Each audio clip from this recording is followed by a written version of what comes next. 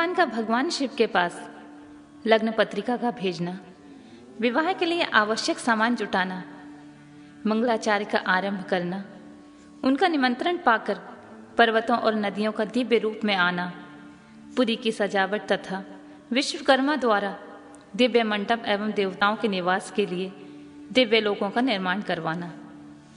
नारद जी ने पूछा, तात महाप्राज्ञ प्रभु, आप कृपा पूर्वक बताइए कि सप्तर्षियों के चले जाने पर हिमालय ने क्या किया।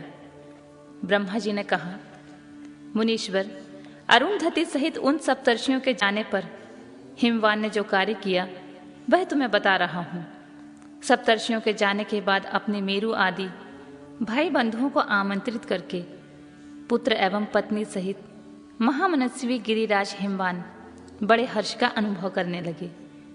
तदनंतर ऋषियों की आज्ञा के अनुसार हिमवान ने अपने पुरोहित गर्ग जी से बड़ी प्रसन्नता के साथ लग्न पत्रिका लिखवाई। उस पत्रिका को उन्होंने भगवान शिव के पास भेजा। पर्वतराज के बहुत से आत्मीय जन प्रसन्न मन से नाना प्रकार की सामग्रियां लेकर वहां गए। कैलाश पर भगवान शिव के समीप पहुंचकर उन लोगों ने शिव को तिलक लगाया और लग्न पत्र उनके हाथ में दिया। वहां भगवान शिव ने उन सबका यथायोग्य विशेष सत्कार किया। फिर वे सब लोग प्रसन्नचित हो शैलराज के पास लौट आए। महेश्वर के द्वारा विशेष सम्मानित होकर बड़े हर्ष के साथ लौटे हुए उन लोगों को देखकर हिमवान के हृदय में अत्यंत हर्ष हुआ। तत्पश्चात आनंदित हो शैलराज ने नाना देशों में रहने वाले तथा अपने बांधुओं को लिखित निमंत्रण भेजा, जो उन सबको सुख देने वाला था। इसके बाद वे बड़े आदर और उत्साह के साथ उत्तम अन्य और नाना प्रकार के विवाहोचित सामग्रियों का संग्रह करने लगे। उन्होंने चावल, गुड़, शक्कर, आटा, दूध, दही, घी, मिठाई, नमकीन पदार्थ, मक्खन, पकवान, महान स्वादिष्ट रस और नाना प्रकार के व्यंजन इतने अधिक एकत्र किए कि सूखे पदार्थों के पहाड़ खड़े हो गए और द्रव्य पदार्थों की बावड़ियां बन गईं। शिव के पार्षदों और देवताओं के लिए हितकर नाना प्रकार की वस्तुएं, भांति भांति के बहुमूल्य रत्न, आग में तपाकर शुद्ध किए हुए सुवर्ण, रजत और विभिन्न प्रकार के मणिरत्न, इनका तथा अन्य उपयोगी द्रव्यों का विधि पूर्वक संग्रह करके गिरिराज ने मंगलकारी दिन में मांगलिक कृत्य करना आरंभ किया। पर्वतराज के घर में स्त्रियों ने पार्वती का संस्कार करवाया। भांति भांति के आभूषणों से विभूषित हुई राजभवन की उन सुंदरी स्त्रियों ने सानंद मंगल कार्य का संपादन किया। नगर के ब्राह्मणों की स्त्रियों ने स्वयं बड़े हर्ष के साथ लोकाचार का अनुष्ठान किया। उसमें मंगल पूर्वक भांति भांति के उत्सव मनाए गए। हर्ष भरे हृदय से उत्तम मंगलाचार्य का संपादन करके हिमालय भी सर्वतोभावेन बड़े प्रसन्न हुए और अपने निमंत्रित बंधुजनों की आगमन की उत्सुकता पूर्वक प्रतीक्षा करने लगे। इसी बीच में उनके निमंत्रित बंधु बांधव आने लगे। देवताओं के निवासभूत गिरिराज सुमेरु दिव्य रूप धारण करके नाना प्रकार की मणियों तथा महारत्नों को यत्न पूर्वक साथ ले अपने स्त्री पुत्रों के साथ हिमालय के घर आए। मंदराचल, अस्ताचल, उदयाचल, मलय, दुर्दुर, निषद, गंधमादन, करवीर, महेंद्र, परियात्र, कौंज, पुरुषोत्तम शैल, नील, त्रिकूट, चित्रकूट, बैंकट, श्रीशैल, गोकामुख, नारद, विंध्य, कालांजर, कैलाश तथा अन्य पर्वत दिव्य रूप धारण कर अपने स्त्री पुत्रों के साथ बहुत सी भेंट सामग्री ले वहां उपस्थित हुए। दूसरे द्वीपों में तथा यहाँ से जो जो पर्वत हैं वे सब हिमालय के घर पधारे। शिवा और शिव का विवाह है, यह जानकर सबने बड़ी प्रसन्नता के साथ वहां पदार्पण किया। सोनभद्र आदि नद और संपूर्ण नदियां दिव्य नर नारियों का रूप धारण करके नाना प्रकार के अलंकारों से अलंकृत हो शिव पार्वती का विवाह देखने के लिए आए। गोदावरी, यमुना, सरस्वती, वेणी, गंगा, नर्मदा तथा अन्य श्रेष्ठ सरिताएं भी बड़ी प्रसन्नता के साथ हिमवान के यहाँ आईं और उनके आने से हिमालय की दिव्यपुरी सभी ओर से भर गई। वह सब प्रकार की शोभाओं से संपन्न थी।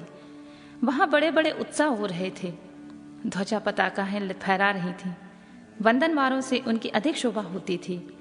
चारों ओर चंदोबे तने से वहां का सूर्य का दर्शन नहीं होता था। भांति भांति की नीली पीली आदि प्रभा उस पुरी की शोभा बढ़ाती थी। हिमालय ने भी बड़ी प्रसन्नता के साथ अपने यहाँ पधारे हुए सभी स्त्री पुरुषों का यथायोग्य आदर सत्कार किया और उन सबको अलग अलग सुंदर स्थानों में ठहराया। अनेक उपयुक्त सामग्री देकर सबको पूर्ण संतुष्ट किया। मुनिश्रेष्ठ तदनंतर शैलराज हेमवान ने प्रसन्न हो महान उत्सव में परिपूर्ण अपने नगर को विचित्र रीति से सजाना आरंभ किया। सड़कों को झाड़ बुहार कर उन पर छिड़काव कराया। उन्हें बहुमूल्य साधनों से सुसज्जित एवं शोभित किया। प्रत्येक घर के दरवाजे पर केले आदि मांगलिक वृक्ष लगवाए और मांगलिक द्रव्यों से संयुक्त किया। आंगन को कीलों के खंभों से सजाया। रेशम की डोर से अपने आम के पल्लव बांधकर बंदरमारें बनवाई और उन्हें उन खंभों के चारों ओर लगवा दिया। मालती के फूलों की मालाएं उसके सब ओर लटका दी गईं। सुंदर तोरणों से वह आंगन का भाग अत्यंत प्रकाशमान जान पड़ता था। चारों दिशाओं में मंगल सूचक शुभ द्रव्य रखे गए थे जो उस प्रांगण की शोभा बढ़ा रहे थे। इसी प्रकार अत्यंत प्रसन्नता से भरे हुए गिरिराज हिमवान ने महान प्रभावशाली गर्ग मुनि को आगे करके अपनी पुत्री के लिए प्रस्तुत करने योग्य सारा उत्तम मंगल कार्य संपन्न किया। उन्होंने विश्वकर्मा को बुलाकर आदरपूर्वक एक मंडप बनवाया जिसका विस्तार बहुत अधिक था। वेदी आदि के कारण वह मंडप बहुत मनोहर जान पड़ता था। देवर्षि वह मंडप कई योजन विस्तृत था। अनेक शुभ लक्षणों से युक्त तथा नाना प्रकार के आश्रयों से परिपूर्ण था। वहां स्थावर और जंगम सभी वस्तुएं कृत्रिम बनी थीं, किंतु असली वस्तुओं के समान प्रतीत होती थीं। उनसे उस मंडप की मनोहरता बढ़ गई थी। वहां सब और ऐसी अद्भुत वस्तुएं थीं जो उस मंडप का सर्वस्व जान पड़ती थीं। नाना प्रकार की निराली वस्तुओं का चमत्कार वहां छा रहा था। वहां भी स्थावर वस्तुओं से जंगम और जंगम वस्तुओं से स्थावर पराजित हो रहे थे, अर्थात वे एक दूसरे से बढ़कर शोभाशाली और चमत्कार पूर्ण दिखाई देते थे। उस मंडप की स्थिर भूमि जल से पराजित हो रही थी, अर्थात चतुर से चतुर मनुष्य यह नहीं जान पाते थे कि इनमें जल कहाँ है और कहाँ स्थल। कहीं कृत्रिम सिंह बने हुए थे और कहीं सारसों की पंक्तियां, कहीं बनावटी मोर थे जो अपनी सुंदरता से मन को मोह लेते थे, कहीं कृत्रिम स्त्रियां थीं जो पुरुषों के साथ नृत्य करती हुई देखी जाती थीं। वे कृत्रिम होने पर भी सब लोगों की ओर देखती और सबके मन को मुंह में डाल देती थी। उसी विधि से मनोहर द्वारपाल बने हुए थे जो स्थावर होने पर भी जंगम के समान जान पड़ते थे। वे अपने हाथों से धनुष उठाकर ऐसे खींचे देखे जाते थे। द्वार पर कृत्रिम महालक्ष्मी खड़ी थी जिनकी रचना अद्भुत थी। वह समस्त शुभ लक्षणों से संयुक्त दिखाई देती थी।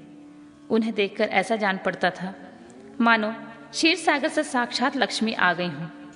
उस मंडप के स्थान स्थान में सजे सजाए कृत्रिम हाथी भी खड़े किए गए जो असली हाथियों के समान प्रतीत होते थे। घुड़सवारों सहित घोड़ों और हाथी सवारों सहित हाथी बनाए गए थे। जहां तहां रथियों सहित रथ बनाए गए थे जो कृत्रिम अश्वों से द्वारा खींचे जाते थे। उन्हें देखकर लोगों को बड़ा आश्चर्य होता था। इनके सिवा दूसरे दूसरे कृत्रिम वाहन भी वहां खड़े थे। पैदल सिपाहियों की कृत्रिम सेना भी वहां मौजूद थी। मुने प्रसन्न चित्त वाले विश्वकर्मा ने देवताओं और मुनियों का भी मन मोह लिया था। वहां ऐसी अद्भुत रचनाएं की। मंडप के सबसे बड़े फाटक पर कृत्रिम नंदी खड़ा था जो शुद्ध स्फटिक मणि के समान उज्जवल कांति से सुशोभित होता था। भगवान शिव के वाहन नंदी की जैसी आकृति है, ठीक वैसा ही वह भी था।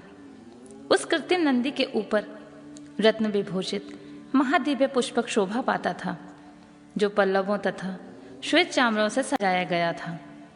उसके वाम पार्श्व में 2 कृत्रिम हाथी खड़े थे जिनका रंग विशुद्ध केशर के समान था। वे 4 दांत वाले बनाए गए थे और 60 वर्ष के पाठों के समान दिखते थे। वे परस्पर स्नेह करते से प्रतीत होते थे। उनमें बड़ी चमक थी।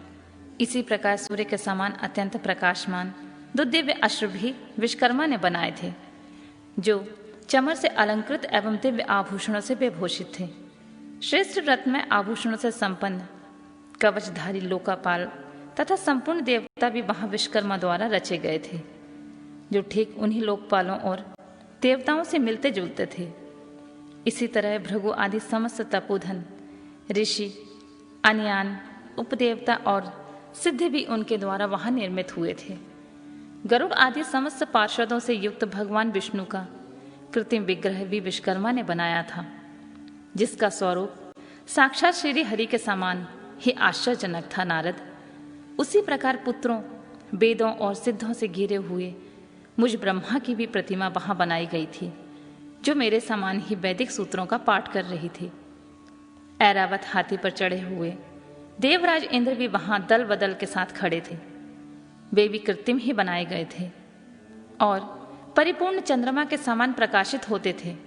देवर्षि, बहुत कहने से क्या लाभ, हिमाचल से प्रेरित हुए विश्वकर्मा ने वहां शीघ्र ही संपूर्ण देव समाज के कृत्रिम विग्रहों का निर्माण कर लिया था। इस प्रकार उन्होंने दिव्य मंडप की रचना की थी। वह मंडप अनेक आश्रयों से युक्त महान तथा देवताओं को भी मोह लेने वाला था। तदनंतर गिरिराज हिमवान की आज्ञा से परम बुद्धिमान विश्वकर्मा ने देवता आदि के निवास के लिए उनके कृत्रिम लोकों का भी यत्नपूर्वक निर्माण किया। उन्हीं लोकों में उन्होंने उन देवताओं के लिए अत्यंत तेजस्वी, परम अद्भुत और सुखदायक बड़े बड़े दिव्य सिंहासनों की रचना की। इसी तरह उन्होंने मुझ स्वयंभू ब्रह्मा के निवास के लिए क्षण भर में अद्भुत सत्यलोकों की रचना कर डाली, जो उत्तम दीप्ति से उद्दीप्त हो रहा था। साथ ही भगवान विष्णु के लिए भी क्षण भर में दूसरे दिव्य वैकुंठ धाम का निर्माण कर दिया, जो परम उज्जवल तथा नाना प्रकार के आश्चर्यों से परिपूर्ण था। इसी तरह विश्वकर्मा ने देवराज इंद्र के लिए भी दिव्य, अद्भुत और उत्तम तथा समस्त ऐश्वर्यों से संपूर्ण ग्रह की रचना की।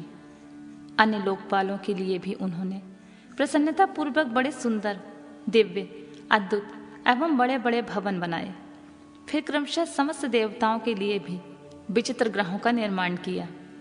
परम बुद्धिमान विश्वकर्मा को भगवान शंकर का महान वर प्राप्त था, इसीलिए उन्होंने शिव के संतोष के लिए क्षण भर में इन सब वस्तुओं की रचना कर डाली। तदनंतर उसी प्रकार भगवान शंकर के लिए भी उन्होंने एक शोभाशाली ग्रह का निर्माण किया, जो शिव के चिन्ह से युक्त तथा शिव लोकवर्ती दिव्य भवन के समान ही अनुपम था। श्रेष्ठ देवताओं ने उनकी भूरी भूरी प्रशंसा की थी। वह परम उज्ज्वल, महान प्रभु पुंज से उद्दासित, उत्तम तथा अद्भुत था। विश्वकर्मा ने भगवान शिव की प्रसन्नता के लिए वहां ऐसी अद्भुत रचना की थी, जो परम उज्ज्वल होने के साथ ही साक्षात महादेव जी को भी आश्चर्य में डालने वाली थी। इस प्रकार यह सारा लौकिक व्यवहार करके हिमाचल बड़ी प्रसन्नता के साथ भगवान शंभु के शुभ आगमन की प्रतीक्षा करने लगे। देवर्षि, हिमालय का यह सारा आनंददायक वृतांत मैंने तुमसे कह सुनाया। अब और क्या सुनना चाहते हो?